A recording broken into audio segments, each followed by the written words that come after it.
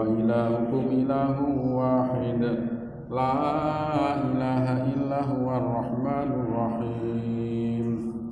Wa ilahukum utawi pangeran sira kabeh, wa ilahukum utawi pangeran sira kabeh iku ilahun pangeran wahidun kang siji, kang tunggal, siji ngijeni. La ilaha ora ana pangeran kang hak dan sembah iku maujud illa huwa kejaba Gusti Allah Ar-Rahman kang paring welas ana donya akhirat, Ar-Rahim tur kang asih. Wa ilahukum ilahu wahid, pangeran sira kabeh punika pangeran kang tunggal.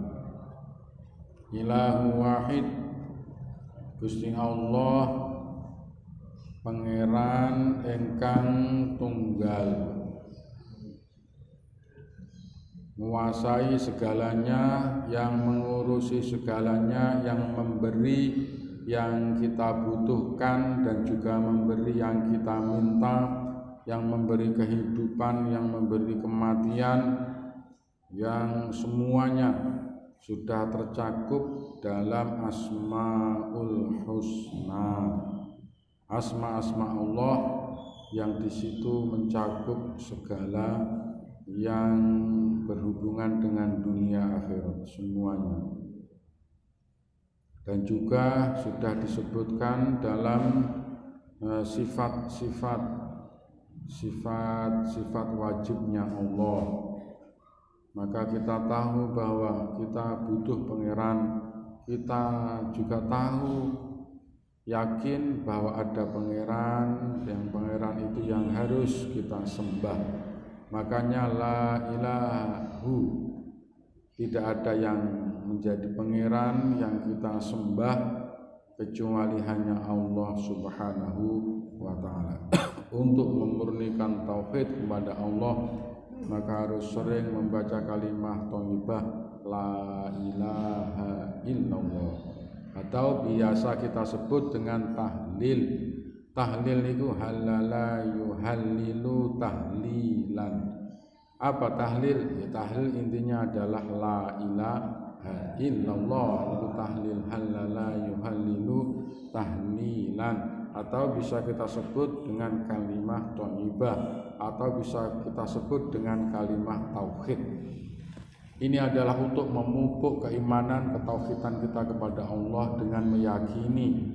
Lesan kita ngomong, hati kita juga meyakini, pikiran kita juga berjalan untuk memikirkan bahwa kekuasaan Allah betul-betul multi segalanya.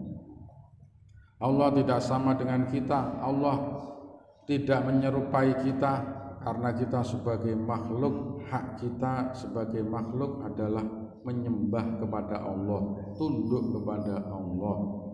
Itu adalah hak kita. Hak Allah adalah sebagai pangeran yang memberi apa yang kita butuhkan. Jadi kita sebagai makhluk, iyyaka na'budu, datang panjenengan kami menyembah, mengakui bahwa Allah sebagai pangeran, kita sebagai hamba. Itu iyyaka na'budu.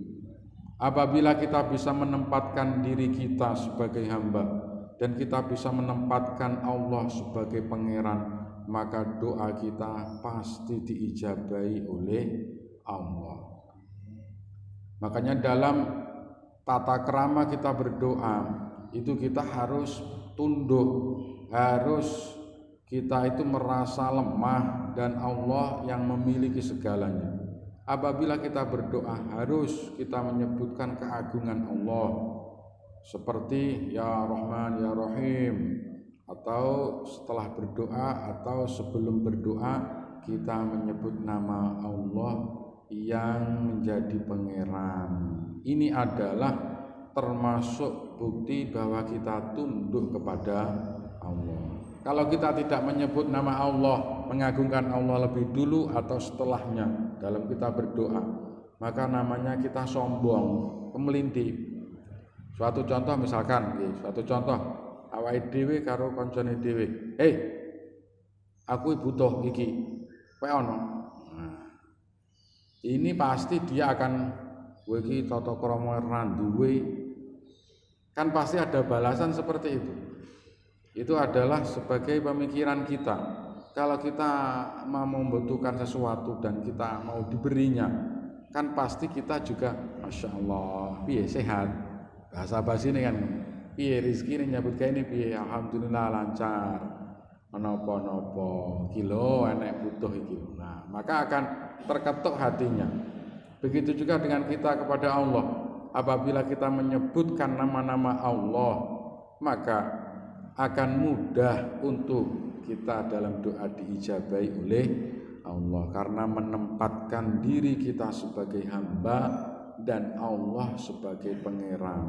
Ilahun, pangeran ilahun. Bahasa ilahun itu bahasa nakirah secara umum. Semua yang mengaku sebagai pangeran maka dikatakan dalam bahasa Arabnya adalah ilah, pangeran. Kan oke wong aku dadi pangeran, kaya dene Fir'aun, aku pangeran. Siapa kan banyak orang-orang yang mengaku sebagai pangeran. Bahkan ada yang mengatakan ya, dalam film Sunan Kalijaga, Syekh Siti Jenar, ini kalau Syekh Siti Jenar itu kan dalam film, dalam film, jangan salah. Ini dalam film kan mengatakan, siapa kamu? Saya adalah kemuliaan. Saya adalah Tuhan. Maksudnya itu dalam penyatuan. Maksudnya kalau wallahu alam yang tahu kan hanya Allah. Dalam ilmu tauhid kan memang ilmu yang tinggi. Ilmu tinggi ini tidak boleh dipelajari oleh orang awam. Bahwa manunggaling manungsa dhateng Gusti Allah. Iki lek ditokne kan wong malah ngaku dadi pangeran. Wong pangeran ya awake dhewe, kan ngono malia. Karena manunggaling niki kalau bukan orang-orang yang sudah setara pahlawan wali Allah, yang sudah bisa menyatukan bahwa lisan kita itu adalah kehendak Allah, jalan kita, kaki kita, tangan kita, semuanya adalah betul-betul seperti yang dikehendaki oleh Allah, maka itu belum mencapai manunggaling dhateng Gusti, manunggaling kawula Gusti. Nah, ini biar dhuwur, malah ngaku pangeran.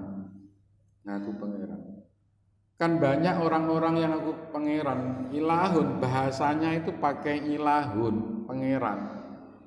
Tapi kalau sudah Allah, kok enek wong ngaku Allah, jajal wae. Jajal wae kok enek wong ngaku Allah, bledos deh. Tidak kuat, karena Allah ini hanya bisa diperuntukkan kepada la ilaha illallah, la ma'buda illahu. Jadi nama Allah hanya tunggal satu, Allah la ma'buda illallah. Tidak ada yang hak disembah kecuali hanya Allah. Keenek makhluk ngaku Allah, pasti dia akan hancur. Ya mungkin disambar bedek, atau mungkin meledos, atau mungkin mati mendadak. Nah, ini tidak bisa dipakai, memang tidak bisa. Dan itu sudah ketentuan dari Allah Subhanahu wa taala. Ya iso ngakune ilah, Tuhan, ilah, bukan pakai nama Allah. Lah ini sebagai makhluk kita itu menempatkan diri. Memang apabila kita itu sudah dekat sekali kepada Allah, wa qudiyal amru fihi tastaftiyan, dalam surat Yusuf juz 12 memang disebutkan, apabila kita itu sudah dekat sekali dan sangat dekat kepada Allah, maka apapun yang kita ucapkan itu akan menjadi sabda, apa yang kita lakukan akan menjadi sebuah kebenaran.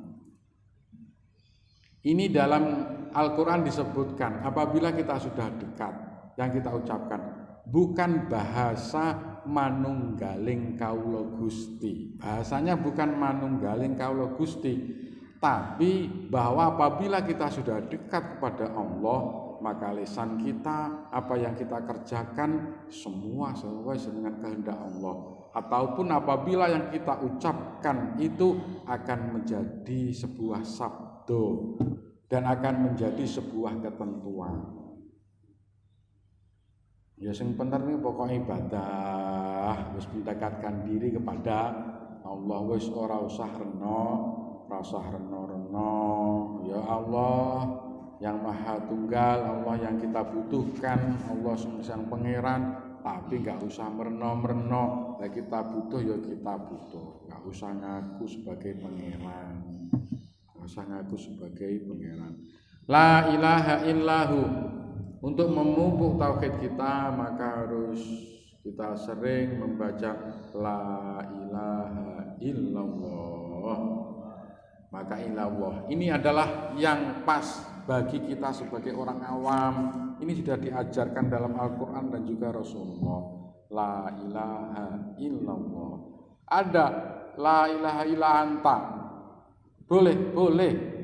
Tapi apabila kita memakai la ilaha illa anta, betul-betul hati kita bisa hadir kepada Allah.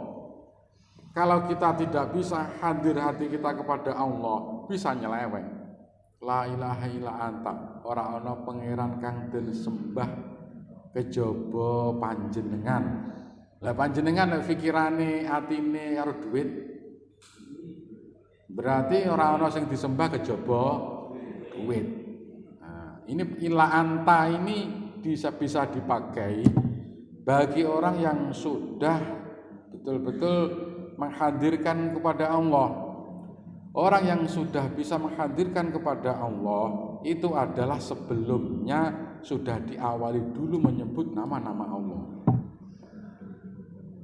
Misalkan ya Hayyu ya Qayyum, maka sudah bisa menghadirkan kepada Allah, menghadirkan hati kita dengan Allah kepada Allah, maka terus anta panjenengan.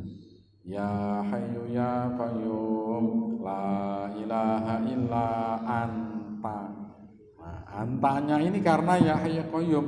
Lah terus anta panjenengan terus lamun apa atine ning apa. Ini sampai disebutkan dalam kitab Ihya Ulumuddin bahwa seseorang berhati-hatilah dalam membaca takbiratul ihram waktu sholat. Allahu akbar kabira walhamdulillahi katsira wa subhanallahi bukratan wa asila. Terus saya berikut. Inni wajjahtu wajhiya lilladzi fatara samawati wal arda hanifan wa ma ana minal musyrikin. Inna sholati wa nusuki wa mahyaya wa mamati lillahi alamin. Ini sampai disebutkan dalam kitab Ihya. Waktu membaca inna sholati wa nusuki wa mahyaya, ini kan artinya bahwa sholatku wa nusuki ibadahku, lan matiku lan hidupku adalah lillahi rabbil alamin, miliknya Allah rabbil alamin. Waktu di situ lillahi itu harus berhati-hati, jangan sampai hatinya itu terpaut kepada selain Allah. Kalau hatinya terpaut kepada selain Allah, misalkan apa duit lah penake senengane wong duit kok. Atau wis ngono ya cewek ayu ora apa-apa. Coba salatku, ibadahku, uripku, matiku miliknya. Lah miliknya maling miliknya sapa? Maka dalam kitab Ihya harus berhati-hati. Itu akan bisa menghancurkan keimanan kita. Waktu sholat yang diwajibkan untuk kita hudur kepada Allah, itu kan waktu niat. Karena niat itu ada lillahi ta'ala, fardhol lillahi ta'ala. Setelah Allahu Akbar, sirrodok ngelamun-ngelamun kan enggak apa-apa. Yang penting secara syariat wis terselesaikan, kan tetap sah. Tapi dalam kitab Ihya ini karena ada di situ penyelewengan, nanti berbahaya penyelewengan. Maka untuk berhati-hati mengawal hati dan pikirannya waktu inna sholati wa nusuki. Harus menghadirkan kepada Allah, harus kenceng. La ilaha illallah, la ilaha illa huwa. Niku padha posisine. La ilaha illa huwa atau la ilaha illallah itu sama dengan wakai ghaibnya. Tapi kalau la ilaha illa anta itu wakainya mukhatab, berbeda. Sing beda neh enek la ilaha illa ana kaya Fir'aun. Ora ana pangeran sing disembah kejaba. Nah, ini kan ini malah penyelewengan yang jauh niku. Seperti disebutkan dalam Al-Qur'an juz 11 niku karepe menyebutkan illallah tapi membalik panggah illa ana. Ini kan Fir'aun. Maka Fir'aun matinya tetap dalam keadaan kafir, kan dalam terakhirnya itu tidak illallah. Ar-Rahmanu, zat kang welas ana ing donya akhirat. Kita tauhid mengakui kepada Allah yang memberikan rahmat dunia akhirat. Dunia akhirat semuanya diberikan oleh Allah, diperuntukkan kepada hamba-hamba Allah. Rahman nek donya kabeh wong iman, wong kafir, wong ahli ibadah, wong ora ahli ibadah, wong nakal, wong ora nakal, wis kabeh entuk rezeki, entuk rahmat dari Allah. Kadang malah wong sing ora sregep ibadah lho sehat. Bolak-balik kula omong niki. Delok wong lho mabuk-mabuk ngombe, ngono ya kok kuat awake. Enek-enek wedok-wedok metu bengi-bengi padha suwalan cekak ngangge kaos singlet udele ketara, ngono kuwi nyedhit iya silite ya ketara. Ngono kuwi lho ora tau masuk angin. Kuwi dilulu karo Gusti Allah. Ngono kuwi ya entuk rahmate Gusti Allah, entuk rahmate. Kowe kok kaya ngono? Kowe lekne kaya ngene piye? Loh, aku kuat karena memang mendapat rahmat dari Allah. Malah wong sing tukang ahli ibadah niku metu titik wis masuk angin. Ana apa acara apa? Pengajian. Gak wani aku. Napa? Aku lek kena angin titik masuk angin. Wong ahli ibadah kadang ya ana sing kuat, ana sing abot. Nah, ini termasuk karena Rahman. Allah memberikan rahmatnya bukan hanya kepada orang yang ahli ibadah, tapi semua akan diberikan rahmatnya Allah waktu di dunia. Wong sing sugih-sugih niku malah ya wong non muslim. Nek tulung agung paling sugih wong Islam utawa wong non muslim. Golek ya panggah wong non muslim. Sa Indonesia orang terkaya golek ya panggah wong non muslim. Kok iso sugih ya wong non muslim? Iso. Kung wis diwehi karo Gusti Allah Rahman. Makanya anak wong kadang dijenengane Abdurrahman. Kaulane zat sing welas.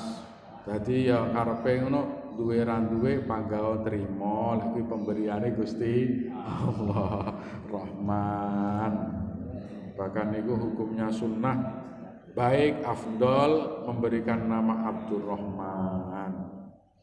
Enak-enak Abdurrahim. Yang kedua ini Abdurrahim. Biasanya lho wong lek jenenge Abdurrahman iku biasane wong supel. Marai kanane hubungan dunia akhirat. Dadi karo wong sapa wae biasane rada supel. Nah, tapi lek Rahim, biasanya Abdurrahim kuwi ora patek supel. Sebabnya apa? Hubungannya ke akhirat saja. Abdurrahim itu kan kaulane Rahim itu kan zat kang asih, hanya diperuntukkan kepada orang-orang yang beriman, bahwa Allah akan memberi rahmatnya nanti di akhirat, tidak diberikan kepada orang-orang yang kafir. Hanya makanya jenenge Pak Rahman ya wong ya supel.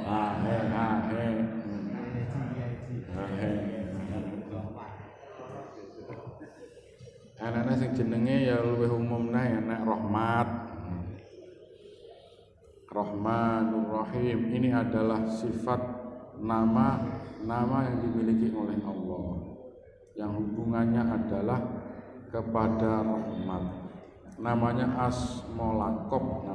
Asmolakop, itu asma yang sesuai dengan yang dimilikinya. Kaya wong ahli ibadah dijuluki ahlul ibadah. Seperti Zainal Abidin, ya, pepaese wong sing ahli ibadah itu asma lakop, atau bisa sebut Pak Kiai, itu asma lakop. Kenapa sebut Pak Kiai? Karena pas posisinya. Sebut Pak Ustadz, sing rapenake disebut begenggek.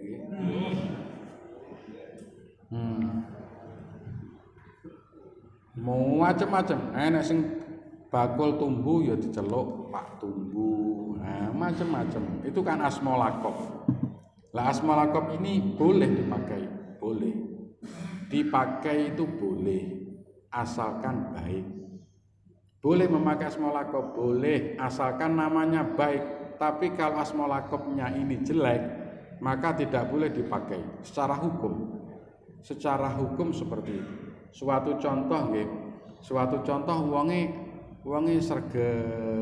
sregep, maka dia disebut seorang yang pandai, yang tekun. Insyaallah sebut dia adalah abid. Boleh. Tapi kalau penyebutan ini yang jelek, maka tidak boleh. Bi'salismul fusuqu ba'dal iman, di juz 26 kan disebutkan. Enak wong penggaya penyakitan gudik diceluk gudik. Nah, itu ya enggak apik. Karena apa? Namanya kurang baik. Harus namanya yang baik. Boleh nama baik. Pak Yai, Pak Ustadz, Pak siapa boleh, enggak apa-apa. Malah cah pondok loh, niku malah jenenge niku kadang asline ilang. Karena sebutane tok. Nah, sebutane tok. Kadang cah pondok niku lho, cilukane rono-rono, ana sing gembul, ana sing bun-bun, ana sing togel, ana sing anu. Tak omong lek jeneng sing apik-apik, aja sing kaya ngono. Guyu. Ana sing gaplek. Trono omahe Trenggalek lah. Itu nama-nama. Inna fi khalqis samawati wal ardi wa ikhtilafil laili wan nahar. Inna fi khalqis samawati temen satuhune iku tetep ing dalem dadekake pitu langit wal ardi lan bumi wa ikhtilafil laili lan gonta-gantine bengi wan nahari lan rahino wal fulki lan perahu allati tajri kang mlaku apa fulki fil bahri ing dalem segara bima kelawan gawa perkara yang fa'u kang manfaati apa ma annasa ing para manungsa wa malan perkara anzala kang nurunake sapa Allah Gusti Allah ing minas sama saking langit mimmain nyatane banyu fa ahya nuli ngurepake sapa Allah bihi kelawan al ardo ing bumi ba'da mautiha ing dalam sause matine arad wa basalan gelar sapa Allah fiha ing dalam arad mingkul lidabbatin saking sekabehane romangkang dabbah niku pokoke sing gremet. Jadi pakai bahasa dabbah niku pokoke sing gremet. Nek bumi jenenge dabbah. Kita manusia niku bisa dikatakan dabbah karena kita juga ngremet nek bumi. Sing sikile titik, sikile okeh sampai sikile wakeh, maka semuanya bisa masuk ke dabbah. Dalam Al-Qur'an yang dipakai bukan hayawan, tapi yang dipakai dabbah karena supaya bisa mengenai kepada seluruh yang berada di bumi. Wa tasrifir riyahi lan gontaga wa tasrifir riyahi lan paniyube pira-pira angin wa sahabi lan mendung al musakhari kang den reh baina sama ing dalam antarane langit wal ardi lan bumi. La ayatin yakti ana pira-pira pertanda ikamen keduwene kaum yang kiluna kang padha angen-angen sapa kaum. Inna fi khalqis samawati wal ard satemene ana kedadian langit bumi lan gonta-gantine awan bumi kabeh dadi ayat yaitu dadi ayat pertanda kekuasaane Gusti Allah. Inna fi khalqis samawati wal ard dadosake kedadiane langit bumi. Kita angen-angen langit bumi. Langit itu cenderung ke atas, bumi adalah yang menjadi pijakan kita. Waqtilafil laili lan gonta-gantine bengi awan, peredaran matahari terus tidak pernah berhenti dan tidak pernah jeglek malah putus asa terus menerus jame ini belum genah. Enggak enek sing muni matahari ini waleh. Ini adalah kekuasaan Allah. Diangen-angen ya Allah, matahari cek metu kaya ngono lho matahari yah mono yah mene ya kok ora kesel ora waleh nggih. Wal fulki perahu kang mili, perahu kang mlaku ana ing segara nggawa bima yang faunas. Perahu berjalan di laut. Air bisa menjadi tempat untuk perahu transportasi, membawa barang-barang ke sana kemari. Dalam Al-Quran memang belum disebutkan mengenai pesawat terbang. Yang ada semuanya adalah perahu. Karena kan zaman dulu kan perahu untuk transportasi yang hubungannya antar pulau kan pakai perahu.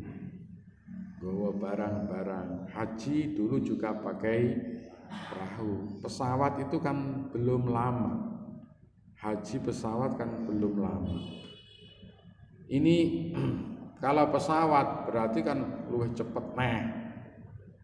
Kalau kita angen-angen wong perahu saja bisa menemukan bahwa air, manusia, sesuatu yang berat dijatuhkan ke air itu akan tenggelam. Tapi perahu lho kok iso ngapung, tamu kok besi. Isine ya wah sampai ratusan ton tidak tenggelam.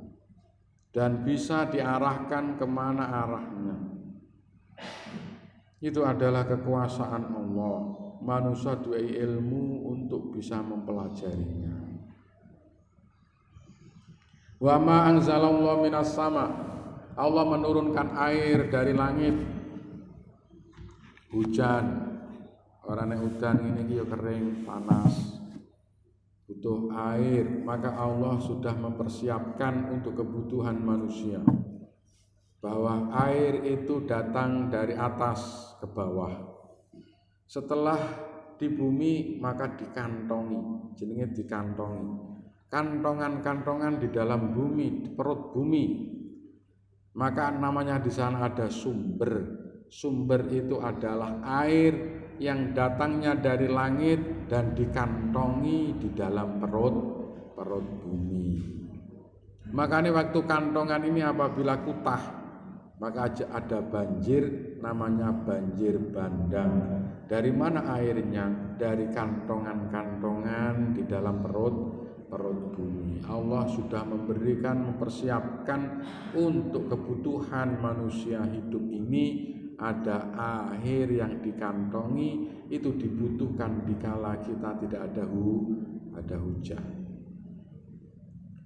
Dengan air itu fahya bihil arda ba'da mautiha, maka ada kehidupan manusia. Karena tiga energi itu dibutuhkan makhluk hidup, yaitu air, sinar dan angin. 3 energi ini yang dibutuhkan dalam kehidupan kita. Selama ada angin, enggak kena panas, ijek iso urip. Enek panas, enggak kena angin, ijek iso urip. Tapi apabila 3-tiganya ini bersatu, maka akan menjadi kehidupan yang sehat.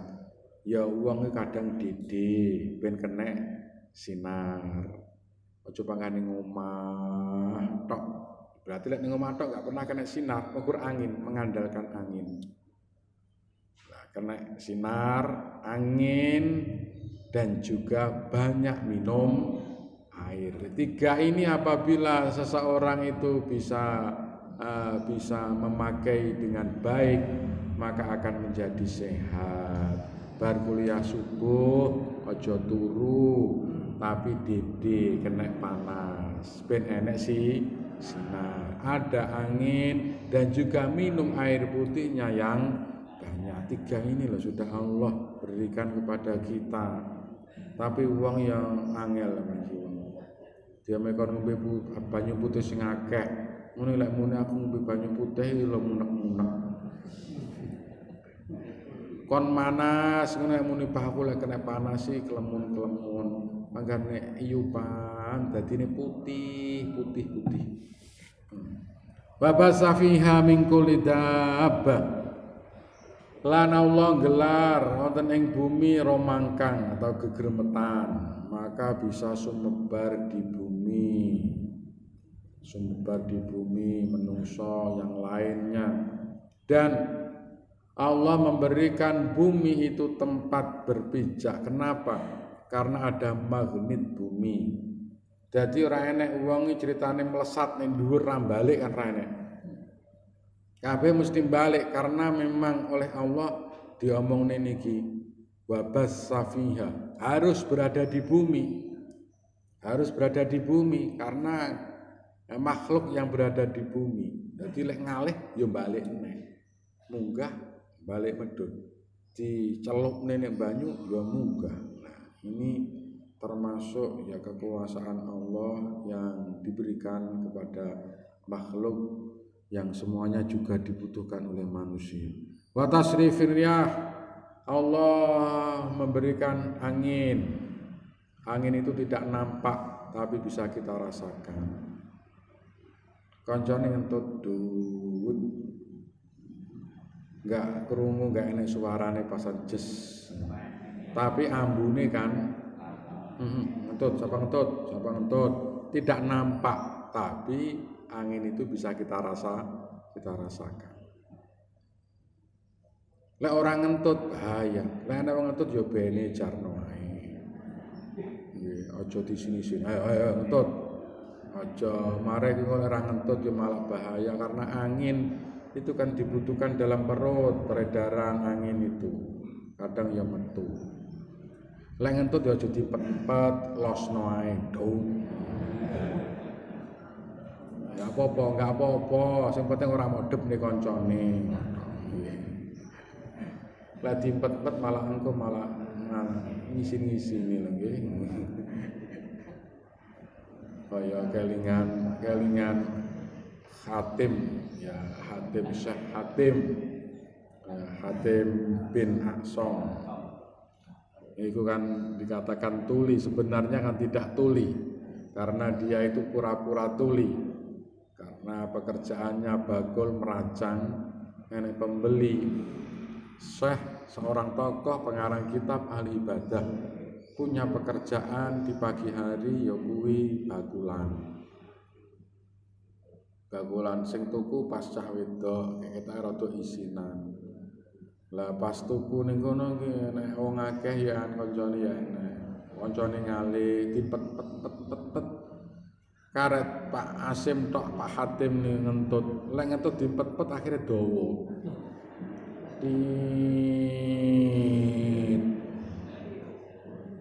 Lah jenenge wong wadon ngono kan isin. Akhirnya Hatim niki gayane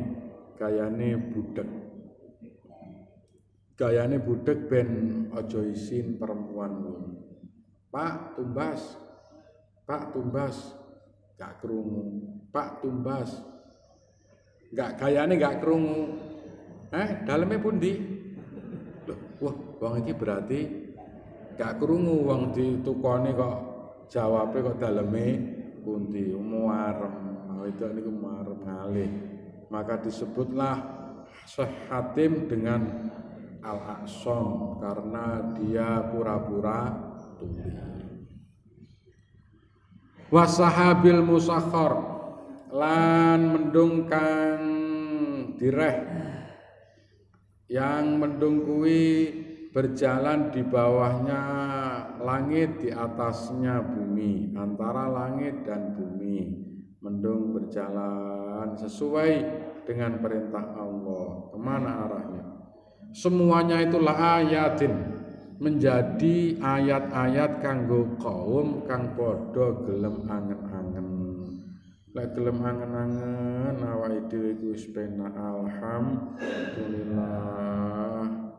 Seluruh yang ada di bumi ini fasilitas untuk manusia. Wis niku pakeme. Seluruh yang ada di bumi ini adalah untuk fasilitas manusia, karena manusia sebagai khalifah fil ardh dipasrahi karo Gusti Allah kon ngelola bumi. Makanya apabila ada musibah-musibah itu karena ulah tangan manusia. Zaharal fasadu fil barri wal bahri bima kasabat aydin nas. Karena bumi, laut itu wis dipasrahni menungso, piye menungso oleh ngelola. Kok ana kerusakan-kerusakan, itu adalah pola tingkahnya manusia. Kowe menungso niku makhluk sing mulia to nggih. Wong kabeh lho oleh. Lemah mok paculi bendina ya ora tau sambat. Bahkan cara guyone percil guyone lucu kadang nggih.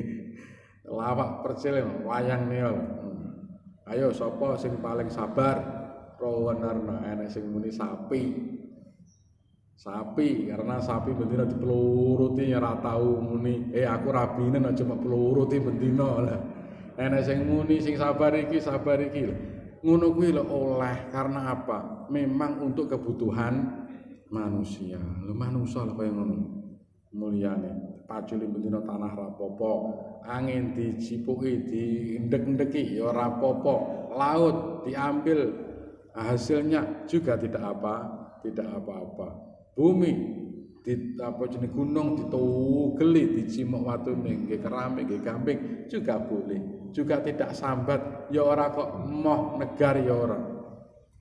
Pohon-pohon ditebangi, seluruhnya wis direlakne. Hayawan sing urip dibeleh, tujuane arep dipangan menungso. Kaya ngono lho, menungso niku memang oleh Allah diberikan kemuliaan. Ya semoga atas kemuliaan itu kita bisa mensyukurinya. Mugi-mugi pengaosan injang punika nampi ilmu kita nimbang rahtanarsanipun Allah Subhanahu wa taala, nampi kesabaran, keikhlasan, kerukunan, keimanan ing akhiripun